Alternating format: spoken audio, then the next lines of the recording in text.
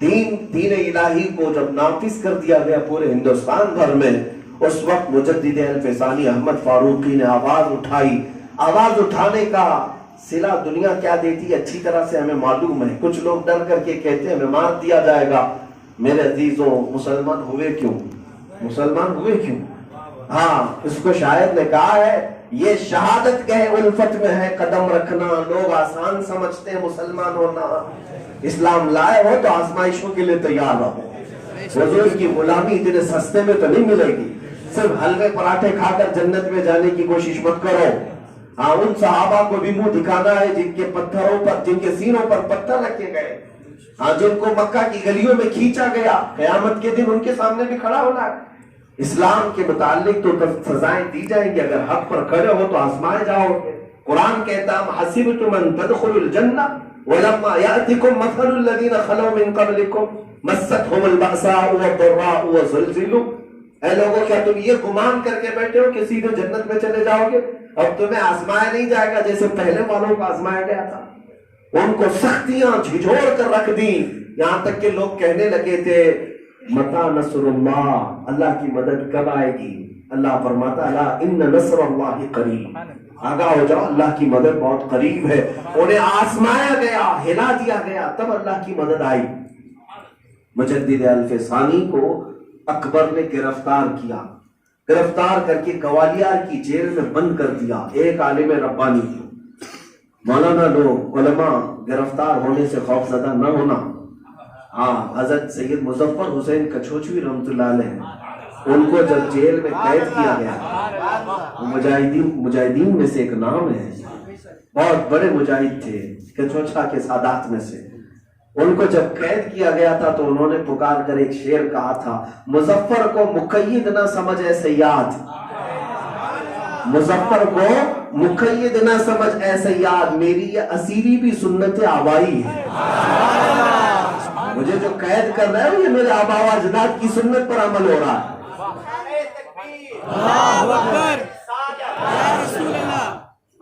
حضرت مجدد الفسانی جیل میں تو چلے گئے، لیکن کیا دین الہی کے خلاف جو محاذ چھیڑا تھا ختم ہو گیا، رک گیا؟ لوگ مجھے بھی کہتے ہیں آپ جتنا کام کریں اندر جاؤ گے تو کام رک جائے گا۔ نہیں، ایسا ہوتا نہیں ہے۔ کسی کے مر جانے سے دین کا نظام ختم نہیں ہوتا۔ اگر ایسا ہی ختم ہونا تھا تو کربلا میں اسلام ختم ہو جانا تھا۔ ہاں، بسا اوقات کچھ لوگوں کی موت اسلام کی آبیاری کا ذریعہ بھی بنتی ہے، کچھ لوگوں کی پھانسیاں اور کچھ لوگوں کی قید لوگوں کے دلوں کے جذبات کو بڑھاتی ہے اور ایمانی قوت میں اضافہ ہوتا ہے۔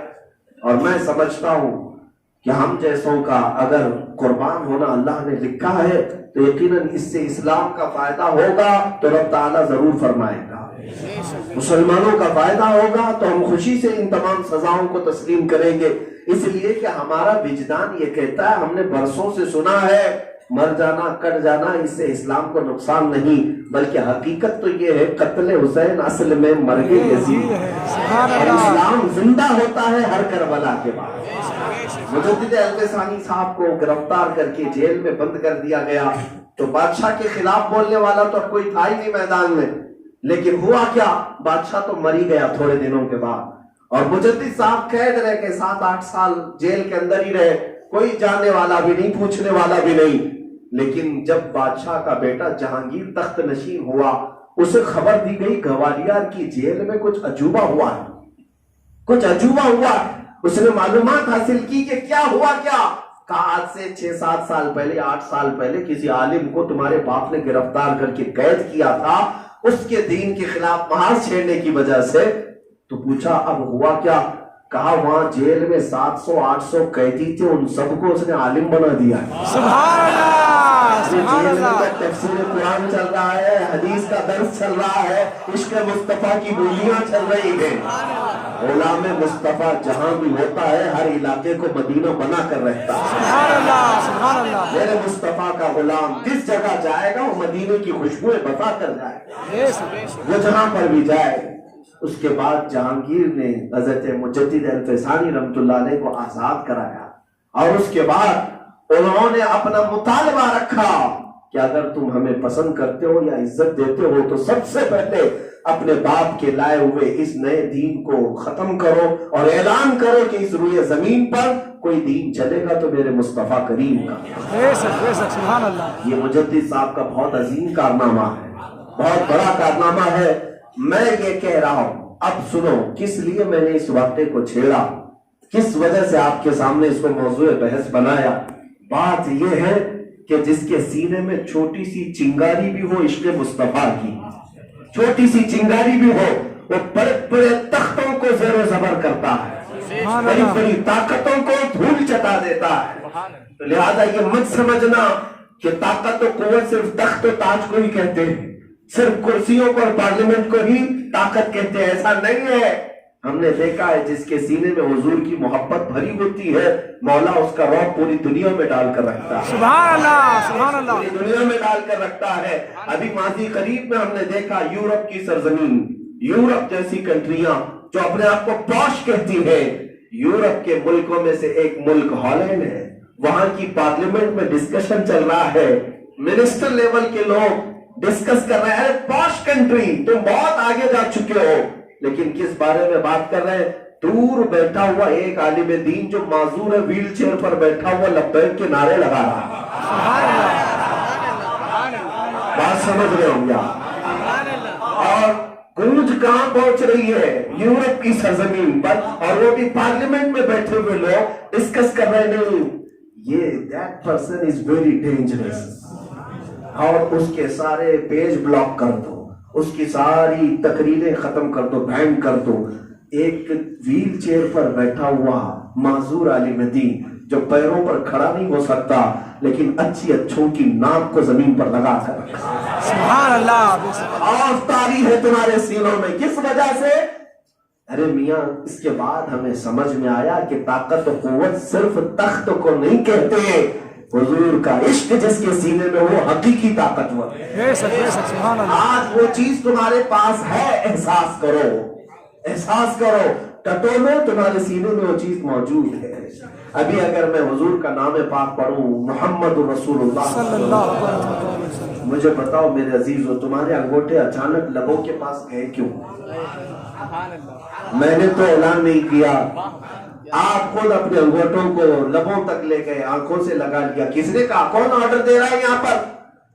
کوئی تمہیں بتایا؟ حضور کا نام آیا، خود بخود انگلیاں اٹھی، خود بخود لبوں تک گئی اور آنکھوں کو لگا دیا آپ نے۔ یہ کسی کے آرڈر کی محتاج نہیں انگلیاں، کیوں؟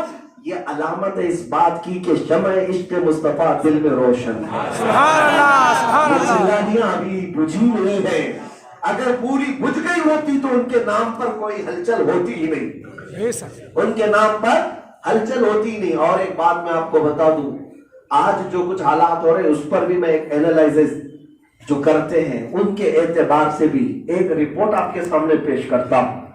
میں نے بہت ساری تحقیقات کی فیلڈ میں دیکھا ہے کہ یہ اچانک یہ گستاخیاں کیوں شروع کر دی گئی، کبھی ادھر سے کوئی کتا بھونکتا ہے، کبھی ادھر سے کوئی لومڑی نکل کر کہتی، اور سب ٹارگٹ میرے آقا کی ذات کو بناتے ہیں۔ اسلام، قرآن، رسول، اللہ، مسلمان، یہ تمام چیزیں جو آج ٹارگٹ بنا بنا کر کے گستاخیاں کی جاتی ہیں، کیوں؟ یہ میرے عزیزوں ایک ایکسپیریمنٹ چل رہا ہے، ایک تجربہ، ریہرسل جس کو کہتے ہیں۔ وہ کیا ہے؟ ایک ڈاکٹر کسی کو نشہ کی یا سن ہونے کا انجیکشن دیتا ہے، بے ہوش کرنے کا انجیکشن دیتا ہے۔ انجیکشن تو دے دیا لیکن ڈاکٹر کو کیسے پتا چلتا ہے کہ یہ پورا بے ہوش ہوا کہ نہیں ہوا؟ اس کو چونٹی کاٹ کے دیکھے گا، سوئی لگا کے دیکھے گا، کینچی مار کے دیکھے گا، اگر ہاتھ پیر ہلا رہا ہے تو اس کا مطلب ابھی پورا بے ہوش نہیں ہوا۔ پھر ایک اور ایک انجیکشن دے دو یا بے ہوشی کی اور ایک گولی دے دو، ڈاکٹر تو یہی کرے گا، پورا سن کرنے کے لیے، بے ہوش کرنے کے لیے وہ چیک کرے گا حرکت ہو رہی کہ نہیں ہو رہی۔ پورا جب سن ہو جائے، ہاتھ پیر نہیں ہلائے گا، تب آپریشن کیا جائے گا، تب کاٹ پیٹ ہوتی ہے نا۔ دنیا آج تمہیں 10 سال سے نشہ کی گولیاں کھلا کھلا کر ایڈکٹ بنا چکی، تمہیں عیاش بنا رکھی ہے، تمہیں فلموں کا ایڈکٹ، تمہیں گانوں کا ایڈکٹ، تمہیں زنا کے کلبوں کا ایڈکٹ بنا کر، ہر طرح کی بے حیائیاں تمہارے اندر ڈال کر پچھلے کئی سالوں سے یہ تمہارے اوپر ایسا عام کر رکھے ہیں کہ بڑے بڑے مہنگے مہنگے نشے اگر کہیں ملتے ہیں تو مسلمانوں کے محلے میں ملتے ہیں. چرس، گانجا، افیون، کوکین، ہیروئن، یہ سب تو ہی ہے. اس کے علاوہ تمہارے ہاتھوں میں انہوں نے انٹرنیٹ کا جال ایسا پھیلایا ہے، اس کا صحیح استعمال 10% ہوتا ہے، 90% اس کو گندگی کے لیے استعمال کرتے ہیں. اور ہر نوجوان یہ سمجھنے لگا کہ مجھے انٹرنیٹ جو فری میں ملا ہے یہ پورنوگرافی کے لیے ملا ہے، بے حیائی اور ننگی فلمیں دیکھنے کے لیے، اور یہاں تصویریں دیکھنے کے لیے چھپ چھپ کر کے دیکھتے ہوئے اپنی آنکھوں کو تباہ و برباد کر دیا. ہزاروں نوجوان اس کے نشہ میں مبتلا ہو چکے. ایک بات میں آپ کو بتا دوں، چرس، گانجا، افیون، کوکین تو چھوٹ سکتا ہے، انٹرنیٹ کا نشہ نہیں چھوٹے گا. دیکھ لینا، ایک دن تم اپنے موبائل کو چھوڑ کر ہاتھ پیر کانپنے لگ جائیں گے. ایڈکٹ بنا دیا پوری قوم کو مفت میں انٹرنیٹ بانٹ کر کے. اب جب تمہیں نشہ دے دے کر کے 10 سال گزر گئے، اب یہ چیک کرنے کا وقت آیا کہ پورا بے ہوش ہوا کہ نہیں ہوا. اب یہ قوم پوری بے ہوش ہے یا نہیں ہے، یہ چیک کرنے کا وقت آیا. اب چیک کیسے کیا جائے گا؟ سوئی لگا کر کے نہیں، کینچی سے نہیں. اب حضور کی شان میں گستاخی کر کے دیکھی جائے، اسلام کو، قرآن کو، رب کو گالی دے کر دیکھی جائے کہ یہ ہوش میں ہے یا بے ہوش ہو چکے. اور یہ ایکسپیریمنٹ صرف ہندوستان میں نہیں، پوری دنیا میں کیا گیا. اور ورلڈ لیول پر جب یہ کام ہوئے تو عربوں کو تو انہوں نے نشہ میں ایسا بنا دیا ہے کہ وہ بے ہوش ہیں، بے ہوش ہیں. وہاں کے لاکھوں نوجوان، ان کو اندازہ بھی نہیں کہ دنیا میں چل کیا رہا ہے، احساس ہی نہیں. وہ اپنے نشے میں مصروف ہیں، وہ انٹرنیٹ کے ایسے تباہ کاریوں میں مصروف ہیں جس کو میں ذکر بھی نہیں کر سکوں گا. وہ بھائی بہنوں کے زنا عام ہو چکے ہیں. میرے عزیزوں، یہ کوئی لفاظی نہیں کہہ رہا ہوں، جو باتیں آئی ہیں ان کو ایسا بنا کر رکھ دیا گیا کہ حضور کی شان میں کتنی گالیاں ہو رہی انہیں احساس بھی نہیں، قرآن کو کیا کہا جا رہا ہے انہیں اندازہ بھی نہیں. بلکہ جدہ شہر کے ایک عالم دین نے خود ہم سے کہا، یہ ہمارے عربوں کے بچے آسٹریلیا، امریکہ میں پڑھ کر کے واپس آئے، اپنے ماں باپ سے یہ پوچھ رہے وہ اس نے محمد. نعوذ باللہ من ذالک. دنیا نے ان کو ایسا ایڈکٹ بنا رکھا. اور یہ اب ایکسپیریمنٹ کا یعنی دور آ چکا، چیک کرنے کا وقت آ چکا کہ یہ سارے مدہوش ہیں، بے ہوش ہیں یا نہیں. لیکن میں رب ذوالجلال کی بارگاہ میں کروڑا شکر ادا کرتا ہوں کہ میرے ملک ہندوستان میں ان کا دیا ہوا نشہ ابھی پورا کام نہیں کیا. برسوں سے ہمارے بچوں کو تم نے اگرچہ انٹرنیٹ اور نشہ کا عادی بنا تو دیا ہوگا، لیکن جب تمہاری طرف سے کوئی کتا بھونکتا ہے، محمد عربی کے ہزاروں شعر اس کے دفاع کے لیے کھڑے. سبحان اللہ، سبحان اللہ، سبحان اللہ.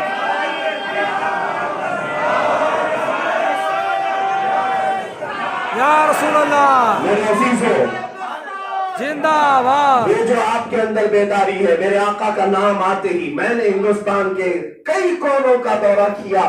ابھی پچھلے صرف 6 مہینے کے اندر میں 22 اسٹیٹ گھوم کر کے آ رہا ہوں، صرف یہ مصطفیٰ کریم صلی اللہ علیہ وسلم کی عزت اور ناموس کے سلسلے میں. لیکن میں یہ اپنی بڑائی کے لیے نہیں کہہ رہا. میں نے جہاں سے بھی اپنے سفر کا ارادہ کیا، جس بستی سے گیا، جس چھوٹے گاؤں سے بھی گیا، جس شہر سے بھی گیا، میں نے دیکھا 8 سال کے بچے سے لے کر 80 سال تک کا بوڑھا مجھے دیکھتا ہے تو کہتا ہے لبیک یا رسول اللہ، لبیک یا رسول اللہ. یہ اس بات کی علامت ہے کہ ظالموں تمہارا نشہ ہم پر اثر ابھی نہیں کیا. اگر نشہ کام کر چکا ہوتا تو تمہاری گالیوں پر اتنا واویلا اور اتنا دفاع اور اتنا ڈیفنس کبھی نہیں ہوتا. ہمارے ہاتھ ابھی بھی اٹھ رہے ہیں اور ہماری زبانیں آج بول رہی ہیں تو یہ رحمان کا شکر بجا لاؤ کہ مولا نے ابھی تمہارے سینوں میں وہ چراغ روشن رکھی ہے. میرے مصطفیٰ کریم کی محبتیں آج بھی سلامت ہیں. تم آج میرے آقا کے نام پر جو چوم لیتے ہو، اپنے بچوں کو حضور کی محبت جو پلاتے ہو، یہ اس بات کی علامت ہے کہ ابھی تمہارے ہاں پوری موت نہیں آئی ہے. اللہ کریم یہ جذبہ اور یہ بیداری ہمیشہ سلامت رکھے. سب کچھ لٹ جائے، ہمارا گھر بار سب کچھ ختم ہو جائے.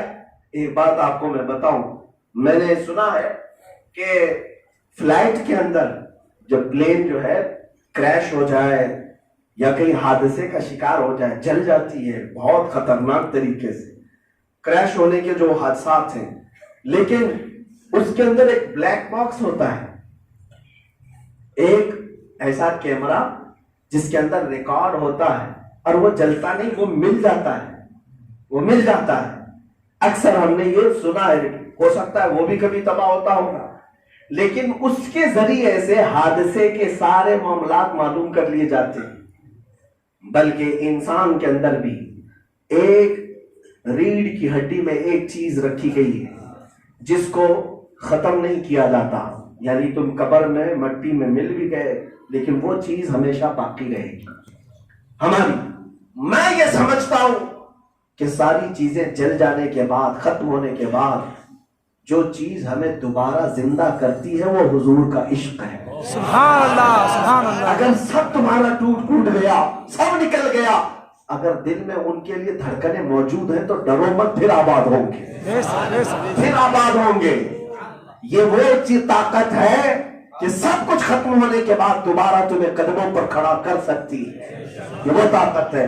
لہذا اسی کو اعلیٰ حضرت نے فرمایا تھا. کسی اور چیز کے کھونے کے بارے میں اعلیٰ حضرت نے وصیت نہیں کی کہ تمہارا مال لوٹ جائے گا, تمہارے سامان لوگ لوٹ لیں گے, تمہارے گھر بار لوگ گروی رکھیں گے, تمہارے بچوں کو قتل کریں گے. نہیں, اعلیٰ حضرت جو وصیت کر گئے اعلیٰ حضرت کہ کسی چیز کو بچانا ہے نا تو ایک چیز ہے جس کی پوری دنیا چوری کرنے کے لیے پیچھے پڑی ہوئی ہے, وہ چیز تمہارے سینوں میں موجود میرے آقا کی محبت ہے. اعلیٰ حضرت فرماتے سونا جنگل رات اندھیری چھائی بدلی کالی ہے, سونے والوں جاگتے رہیو چوروں کی رکھوالی ہے. اور یہ چور کیسے ہیں؟ آنکھ سے کاجل صاف چرا لے, آنکھ سے کاجل صاف چرا لے, یا وہ چور بلا کے ہیں تیری گٹھری تاکی ہے اور تو نے نیند نکالی ہے. مسئلہ یہ ہے, اعلیٰ حضرت فرماتے آنکھ سے کاجل, میاں ہم کون کاجل لگاتے ہیں؟ ہے کوئی کاجل لگانے والا؟ اور اعلیٰ حضرت فرمانے کاجل چرانے والے چھوڑ. کاجل کیوں, اس کو تشبیہ کس بات سے دی گئی؟ آنکھ اور کاجل کا کتنا گہرا تعلق ہے پتہ ہے؟ کتنا گہرا تعلق. جب کاجل آنکھ پر لگے, سرما آنکھ پر لگے تو اتنا قریب ہوتا ہے کہ آنکھ سے اس سے زیادہ قریب کوئی چیز ہم کر ہی نہیں سکتے. کھانے والی چیزیں کیا آنکھ میں لگا سکتے ہو؟ صرف سرما یا کاجل ایسا ہے جو آنکھ سے سب سے زیادہ قریب. اور اعلیٰ حضرت تشبیہ دیتے ہیں عشق مصطفیٰ حقیقی سرما ہے مومن کا, سبحان اللہ. حضور کی محبت حقیقی کاجل ہے مومن کا. اور دنیا وہی چوری کرنے کے چکر میں ہے. یہ وہ کاجل نکالنے کی, وہ سرما نکالنے کی, اور تیری گٹھری تاکی ہے ان ظالموں نے, اور تو نیند نکالا ہوا ہے, تجھے سونے کا وقت نہیں ہے. آج اعلیٰ حضرت فرماتے ہیں سونا پاس ہے, سونا من ہے, سونا زہر ہے, اٹھ پیارے. سبحان اللہ. تین باتیں اس میں اعلیٰ حضرت کہتے ہیں. سونا پاس ہے, سونا کیا ہے؟ سونا گولڈ. گولڈ اعلیٰ حضرت فرماتے تیرے پاس ہے. وہ کون سا گولڈ ہے؟ عشق مصطفیٰ کی تو. اب مجھے بتاؤ, ایک جنگل میں تم گئے اور تمہارے پاس ایک 4-5 کلو سونا ہے, لاکھوں کی جس کی قیمت ہے. ایک 10 کلو سونا لے کر کے بیٹھے ہو, نیند آئے گی تمہیں؟ اور ایسے جنگل میں جہاں پورا کا پورا سونا ہے, اندھیرا ہے, چھایا ہوا ہے, اور سونا لے کر کے بیٹھے ہو, اور چوروں کا بھی ڈر ہے, تو نیند نکالو گے؟ اس وقت سو گے تو تمہارے لیے تو بڑا خطرہ ہے. اعلیٰ حضرت اسی کو کہتے ہیں سونا پاس ہے تیرے, اور سونا بن ہے یعنی جنگل ہے, اور سونا زہر ہے. ایسے وقت میں سونا, نیند جو ہے ایسے وقت میں زہر ہے. اٹھ پیارے, تو کہتا ہے میٹھی نیند ہے تیری متی نرالی ہے. ایسے وقت سویا نہیں جاتا. اٹھو اور جاگتے رہو, عشق مصطفیٰ کو سنبھالے رکھو, عشق مصطفیٰ کو سنبھالے رکھو. اگر یہ چیز گئی تو تمہارا وجود ہی ختم ہے. اور اقبال کیا کہتا ہے, شاعر مشرق کہتا ہے آبرو ماں زنام مصطفیٰ است. ہم سب کی عزت و آبرو اگر دنیا میں ہے تو مصطفیٰ کے نام سے, حضور کے نام سے ہماری عزت ہے, باقی کوئی عزت نہیں. اور میں نے اس کے آگے فارسی میں یہ عرض کیا تھا, ہرچے دری دنیا باد مصطفیٰ است. جو کچھ اس دنیا میں ہے وہ میرے مصطفیٰ کے بعد ہی ہے. ہماری ماں ہو کہ ہمارے باپ ہو, ہمارا بیٹا ہو کہ ہمارا بھائی ہو, یا ہمارا جو بھی رشتہ ہے, جو ولی ہو کہ صحابی ہو کہ کوئی پیر ہو, سب کا مقام میرے مصطفیٰ کے بعد ہے. بے شک بے شک بے ہر شک. چیدری دنیا بعد مصطفیٰ حضور کے بعد ہے. اب اس نکتے کو سمجھ کر کے چلو. میں بات جہاں سے چھیڑا تو وہیں آتا ہوں. تم کبھی مایوس نہ ہونا کہ ہمارے پاس کچھ نہیں. دنیا آج کہتی ہے, 1000 کہنے دو, کچھ نہیں ہے. تو ان سے کہو کچھ نہیں ہے, تو پھر ہم سے ڈرتے کیوں ہو؟ بار بار ہمارے ہی بارے میں پورا تمہارا ٹیلی ویژن ڈیبیٹ کا کیوں شکار ہوتا ہے؟ ارے تمہاری تو TRP بڑھتی نہیں جب تک ہمارا نام لیتے نہیں. سبحان اللہ. کئی ٹی وی چینلوں کے دھندے, ان کے پیٹ تو صرف ہمارے نام سے چل رہے ہیں, یا نہیں ہے؟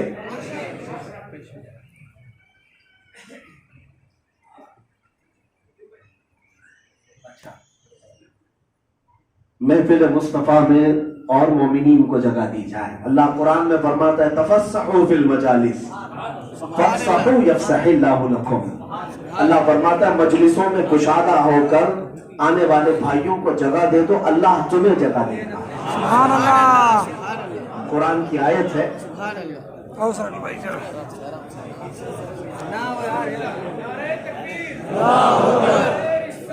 یا رسول اللہ.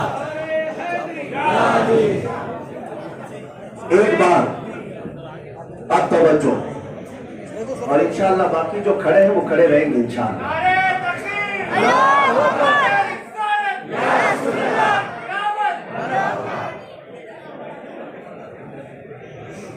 ہاں اتنی دیر تو کھڑے ہو ہی سکتے ہیں حضور کے نام پر. جگہ نہیں ہے, جو لوگ کھڑے ہیں ان کو ان کے کھڑے ہونے کا اجر ملے گا انشاءاللہ. ہاں کسی نیتا کے لیے, دنیا دار کے لیے نہیں کھڑے, آمینہ کے لال کے لیے کھڑے. سبحان اللہ سبحان اللہ. اور تمہارا یہ کھڑا ہونا انشاءاللہ. یا رسول اللہ یا رسول اللہ. زندہ باد زندہ باد. یہی جذبے کو دیکھ کر بریلی کے امام نے کہا تھا حسن یوسف پہ کٹی مصر میں انگشت. حسن یوسف پہ کٹی مصر میں انگشت زنا. آپ کو واقعہ معلوم ہے نا, یوسف علیہ السلام کو دیکھ کر کے مصر کی عورتوں نے انگلیاں کاٹ لی تھی. وہ لیمو کاٹنا تھا, لیمو گر گیا, انگلیاں کٹ گئی. انہوں نے کاٹا نہیں تھا, جان بوجھ کے کاٹا نہیں تھا, کٹ گئی تھی. ہاں وہ تو مدہوشی تھی, حسن میں ایسے مو ہو گئی تھی حسن یوسف دیکھنے میں, اور انگلیاں کٹ گئی. لیکن اعلیٰ حضرت فرماتے وہ مصر کی عورتیں تھی, وہ مصر کی عورتیں تھی جو حسن یوسف دیکھ کر انگلیاں کاٹ لی. لیکن یا رسول اللہ آپ کا کمال تو یہ ہے, یہاں انگلیاں نہیں, یہاں عورتیں نہیں, یہاں مصر نہیں, یہاں عرب ہے, مرد ہے, انگلیاں نہیں گردنیں ہیں, اور وہ بھی حسن پہ نہیں, سر کٹاتے ہی تیرے نام پہ مردہ.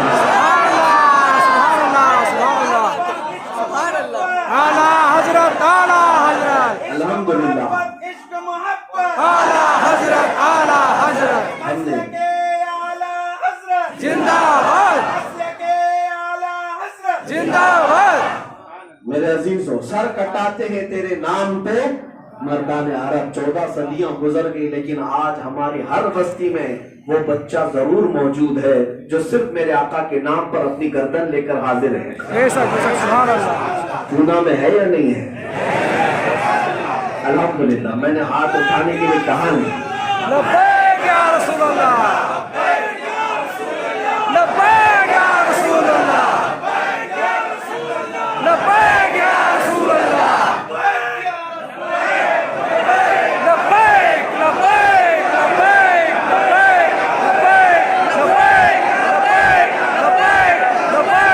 لبیک لبیک لبیک. عزیزان گرامی, تمہارے ہاتھوں کو اللہ سلامت رکھے. آمین آمین. کوئی دنیا دار دیکھ رہا ہوں نہیں دیکھ رہا ہوں, گنبد خضرا کے آقا ضرور دیکھ رہا ہوں. سبحان اللہ سبحان اللہ. ہاتھ اٹھاتے ہی انہی کے لیے ہیں. ایسا ہمارا مزاج یہی. الحمدللہ تم فخر کرو اس بات پر کہ اللہ نے اس قوم میں نہیں پیدا کیا جو دوپہر میں لال جھنڈا, شام میں ہرا جھنڈا, پھر رات کو پیلا جھنڈا.